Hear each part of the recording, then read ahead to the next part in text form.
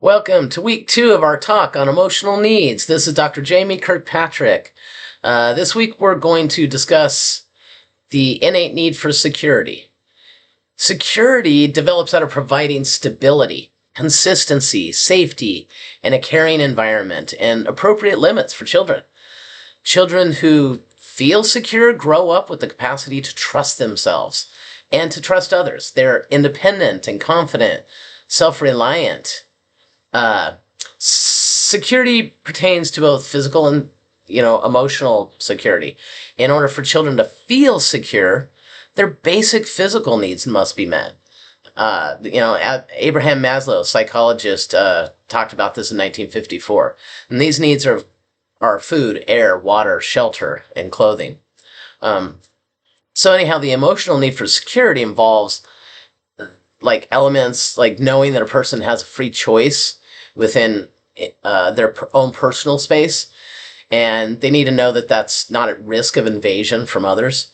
So children with this need fulfilled know that they're safe. They're safe at home and they can depend on family. They feel like they're taken care of and they're not walking on eggshells all the time. If parents belittle their children, or they're inconsistent in expectations, or emotionally absent due to alcohol and drug abuse, then their child is likely going to be confused and fearful, withdrawn, and they're going to feel helpless. So they're going to grow up often feeling intimidated and being indecisive and frustrated in life. The child's going to be more liable to have low self-esteem and low self-confidence and increased shyness. So, a lack of security can really produce a learned helplessness, making it more likely that a child will eventually cease to even attempt to fulfill this need. Eventually, they're going to give up and possibly never regain their hope.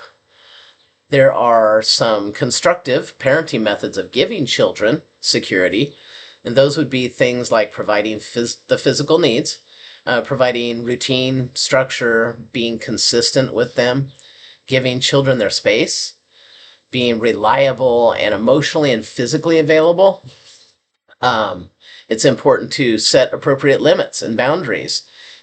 Also providing a strong sense of values. And you also have to you got to remember to keep promises to your kids. Being honest and genuine with them is absolutely going to help them to have that sense of security. But there's also destructive parenting methods of, taking away security from your kids. And those are things like inconsistent discipline, inappropriate or non-existent limits and boundaries, certainly breaking promises, again, drug and alcohol abuse, violence in the family, invading your kid's privacy, physical and emotional neglect, being dishonest, and using excessive punishment or being abusive, and even things such as separation and divorce.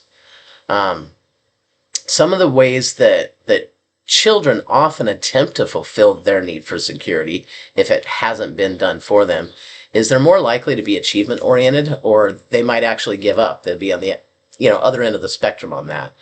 They are more likely to withdraw and isolate, engage in power struggles, be defiant or rebellious. They are more likely to be stubborn and materialistic. They might have excessive cleanliness, or on the other end, they might be a hoarder or not share with others. And they may do things like steal or even be clingy in relationships or with you. So, there's also some common ways that adults attempt to fulfill their need for security. And, these, again, might be constructive or destructive. So some of the constructive ways are like working for financial success, being decisive in your decision-making, being consistent in behavior, thoughts, and feelings, having supportive people in your life, pursuing education, and even, relying on friends and family when necessary. But some of the destructive ways to fulfill this need, adults are more likely to argue with their spouse over finances. They're more likely to be abusive or engage in obsessive relationships. They are also more likely to be materialistic. They might have compulsive behaviors like addictions, and they might bully their partner or their children. They might be perfectionistic or be a people pleaser, and they might even seek to have the last word. So, again, I've gone through all these points fairly quickly, but hopefully this was helpful to you, and I really hope that you come back and return next week for my talk on the need for acceptance. Remember, guys, to like and subscribe and to hit the bell for future notifications of our videos. Thanks, and have a really great day, everyone. See you later.